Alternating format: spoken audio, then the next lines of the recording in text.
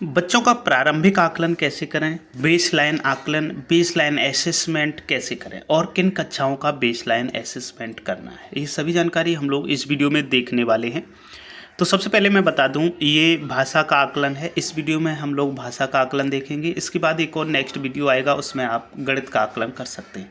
तो भाषा का आकलन कक्षा 2 से लेकर 5 तक का करना है और 2 टाइप के आपको प्रपत्र मिलेंगे, जिसमें पहले टाइप के प्रपत्र में कक्षा 2 और 3 का आकलन करना है। दूसरे टाइप के प्रपत्र से आपको कक्षा 4 और 5 का आकलन करना होगा। तो इस वीडियो को बिना स्किप किए देखें, ऐसा मेरा आपसे रिक्वेस्ट है, क्योंकि कोई चीज़ मिस ना हो। नहीं तो आप फिर बाद में हमें कमेंट करते हैं, व्हाट्सएप करते हैं कि इसमें ये कहाँ होना चाहिए, क्या होना चाहिए। तो चलो शुरू करते हैं इस वीडियो को। हेलो दोस्तों, नमस्कार। आप देख रहे हैं डेली ग्रो यूट्यूब चैनल। तो जैसा कि स्कूल महानिदेशक के द्वारा एक आदेश जारी किया गया है और उस आदेश में साफ साफ लिखा हुआ है कि आपको अपने विद्यालय में बेसलाइन आकलन करना है और ये आकलन हर हाल में 25 मार्च तक कंप्लीट कर लेना है। तो बेसलाइन आकलन आपको कैसे करना है, ये पूरी जानकारी हम इस वीडियो में करने वाले हैं, इसलिए वीडियो को आप अंत तक ज़रूर देखिएगा। किस कक्षा का आकलन होना है, किस कक्षा का आकलन नहीं होना है और क्या फॉर्मेट होगा, किस प्रश्न पत्र के द्वारा आपको आकलन करना है, वो प्रश्न पत्र भी आपको इस वीडियो के डिस्क्रिप्शन में उसका लिंक मिलेगा। वहाँ से जाकर के आप उसे डाउनलोड करके प्रिंट निकलवा सकते हैं, जिससे आप आसानी से उस प्रिंट के माध्यम से बच्चों का आकलन कर सकते हैं, या फिर आप क्या कर सकते हैं कि बोर्ड पर लिख करके आकलन कर सकते हैं। तो शुरू करते हैं। सबसे पहले कुछ इसके लिए जो दिशा निर्देश हैं उसको हम देखते हैं। बहुत महत्वपूर्ण चीज़ है यदि आप शिक्षक हैं तो, और ये शिक्षक की दृष्टि से ही वीडियो बना रहे हैं। तो सबसे पहला काम ये है कि बेसलाइन आकलन के लिए आपको प्रपत्र दिए गए हैं, आपको अलग से कोई प्रपत्र बनाने की आवश्यकता नहीं है। अब बात करते हैं शब्द पठन कार्ड। तो यहाँ पे जो शब्द पठन कार्ड लिखा हुआ है, बच्चों से शब्द पढ़वाएं, इस संदर्शिका के आखिरी पृष्ठ पर भी पढ़ने के लिए पठन कार्ड दिया गया है। आप इसे फाड़ कर रख लें और आकलन के दौरान बच्चों को पढ़ने के लिए दें। फिर उसके बाद में स्कोरिंग प्रपत्र होगा। अगले पृष्ठ पर स्कोरिंग प्रपत्र मिलेगा। इस प्रपत्र में प्रत्येक बच्चे का प्रत्येक शब्द के अनुसार सही और गलत लिखना होगा। तो ये 2 पॉइंट्स यहाँ पर महत्वपूर्ण थे। अब इसमें और क्या महत्वपूर्ण है, सिर्फ उसको हम देख लेते हैं। यदि ये पॉइंट महत्वपूर्ण है, इसको बता रहा है। किसी भी शब्द को पूरा एक साथ पढ़ना सही माना जाएगा। यदि बच्चा तोड़कर उसे पढ़ रहा है तो वो सही नहीं माना जाएगा। यदि बच्चा पूरा शब्द एक साथ पढ़ रहा है तो उसे सही माना जाएगा और उसके लिए 1 अंक आपको देना होगा। और यदि बच्चा गलत पढ़ रहा है तो उसके लिए आपको 0 अंक देना होगा। एक बार फिर से रिमाइंड कर दूं कि ये जो भाषा का आकलन है और गणित का आकलन है, आपको केवल 2 आकलन ही करने हैं, लेकिन दोनों आकलन का तरीका अलग है, इसलिए आप दोनों वीडियो जरूर देखें। ये वीडियो सबसे पहले हम देख रहे हैं भाषा का आकलन आपको कैसे करना है।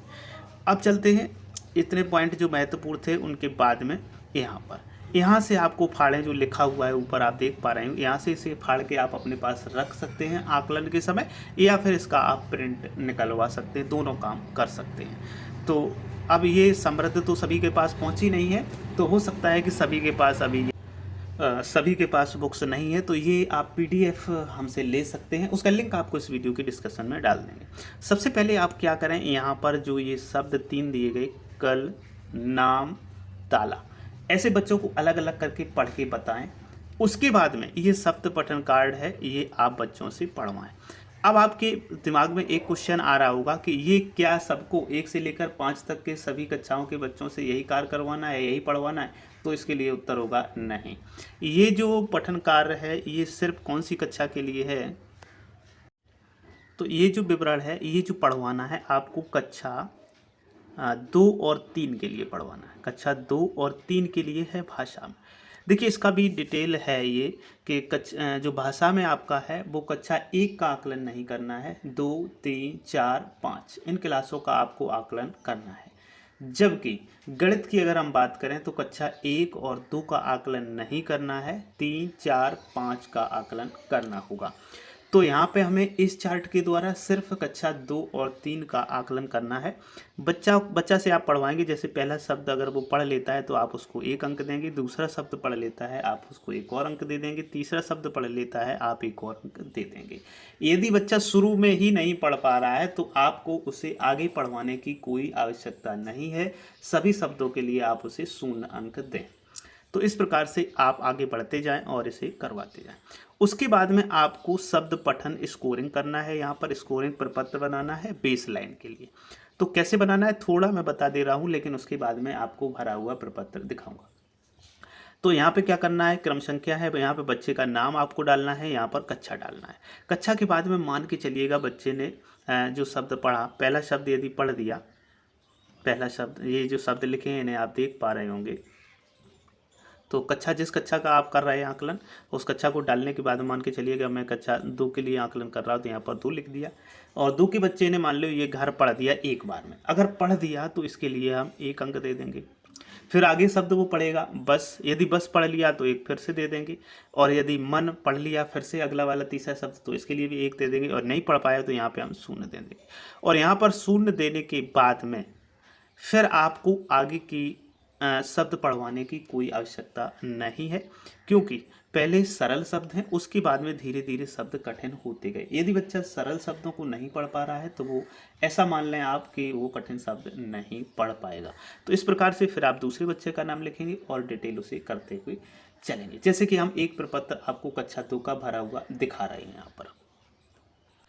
तो यहाँ पे आप देख पा रहे होंगे, जैसे कोई एक बच्चा है, उसका विवरण है, उसने 3 शब्दों को पहले पढ़ा तो उसके 1-1 अंक दिए। उसके बाद में उसने कोई शब्द नहीं पढ़ा तो यहाँ पर आपको कोई भी अंक नहीं देना है। और इसके बाद में अंत में आपको सही पढ़े गए शब्दों के अंकों का योग करना है। जैसे 1, 2, 3 उसने पढ़े थे तो यहाँ पर हमने क्या कर दिया, 3 अंकों का योग डाल दिया।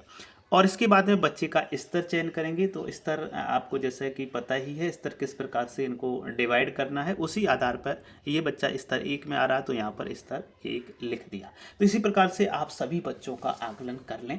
तो ये प्रपत्र कक्षा 2 और 3 के लिए है। तो इतना करने के बाद में अब आपको क्या करना है, बच्चे का स्तर करना है। तो यदि बच्चा कितने पढ़ लेता है, शब्द 1 से लेकर के यदि 10 तक वो पढ़ लेता है तो उसे आप स्तर 1 में रखेंगे। और यदि 11 से ऊपर शब्द पढ़ता है, 11 से 20 तक कितने भी, तो उसे आप स्तर 2 में रखेंगे। तो इस प्रकार से आप बच्चे का स्तरीकरण कर लेंगे। और ये प्रपत्र फिर से मैं बता दूं कक्षा 2 और 3 के लिए था। अब हम देखेंगे नेक्स्ट प्रपत्र वो किस कक्षा के लिए होगा। तो नेक्स्ट जो प्रपत्र होगा वो कक्षा 4 और 5 के लिए है। चलो उसको अब हम देखते हैं, इसी वीडियो में कवर करने वाले हैं पूरा ये, तो थोड़ा स्पीड अब हम बढ़ाएंगे। तो यहाँ भी वही जो इम्पोर्टेंट पॉइंट्स लिखे हैं, आपको सही शब्द पर 1 अंक देना है। और यदि बच्चा गलत शब्द पढ़ता है तो वहाँ पर आपको 0 अंक देना है। तो यहाँ पे ये कक्षा किसके लिए है, पहले ही मैं बता चुका हूँ, कक्षा 4 और 5 के लिए है। तो ये 4 और 5 के बच्चों से आकलन यहाँ पर करवाना है। तो यहाँ पर इस प्रकार से आप इन्हें पढ़ के दिखाएं। यह मदन की साइकिल है, यह बच्चा ऐसे पढ़ सकता है, यह मदन की साइकिल है।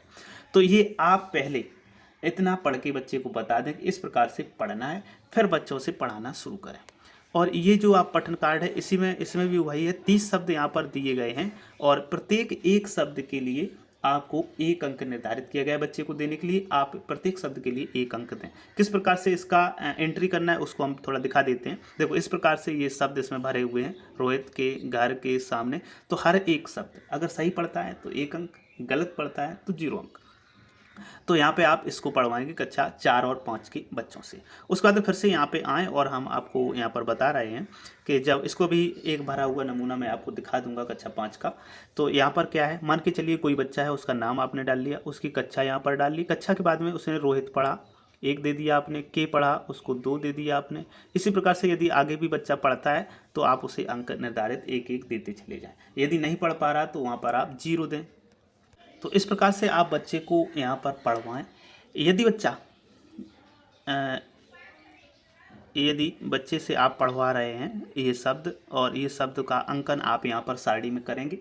यदि बच्चा कहीं पर किसी शब्द को नहीं पढ़ पाता है तो उसे आप 5 सेकंड से ज़्यादा का समय एक शब्द के लिए ना दें, उसे आगे बढ़ने के लिए कह दें। तो उस जो शब्द को नहीं पढ़ पा रहा वहाँ पे आप उसे 0 कर दें। उसके बाद आगे वाला यदि शब्द पढ़ रहा है तो वहाँ पर आप उसे 1 अंक दे दें। तो दोनों साड़ियों में बहुत ध्यान रखने की आवश्यकता है दोनों प्रपत्रों में। पहला जो प्रपत्र है कक्षा 2 और 3 के लिए है, और ये जो प्रपत्र आप देख रहे हैं ये कक्षा 4 और 5 के लिए।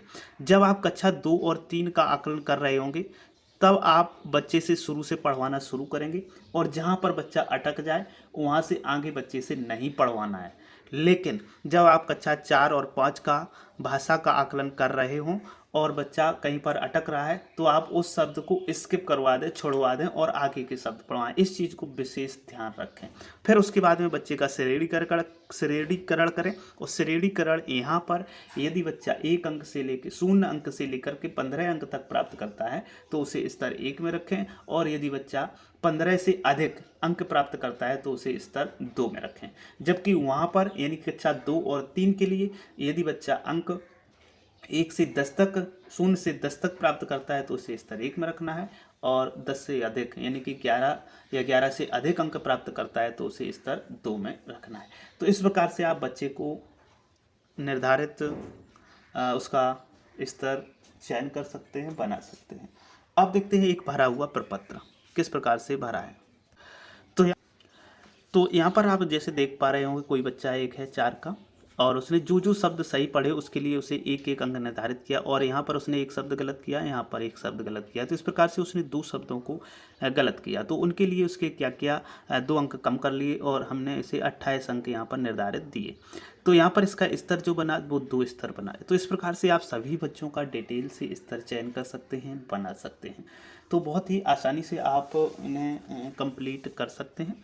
तो ऐसे आपको आकलन करना है, और 25 मार्च से पहले हर हाल में आप बच्चों का आकलन जरूर कर लें, क्योंकि ऐसा निर्देश शिक्षा महानिदेशक के द्वारा, स्कूल शिक्षा के द्वारा किया गया है। और इसके बाद में ये वीडियो था भाषा से संबंधित। मैं उम्मीद करता हूँ ये वीडियो आपको अच्छे से समझ आ गया होगा। यदि नहीं समझ आया, कोई प्रॉब्लम है तो आप हमें कमेंट कर सकते हैं, या हमारी व्हाट्सएप ग्रुप के माध्यम से जुड़ करके आप पर्सनली हमें व्हाट्सएप से पूछ सकते हैं। अब हम नेक्स्ट वीडियो में देखेंगे गणित का आकलन कैसे करें।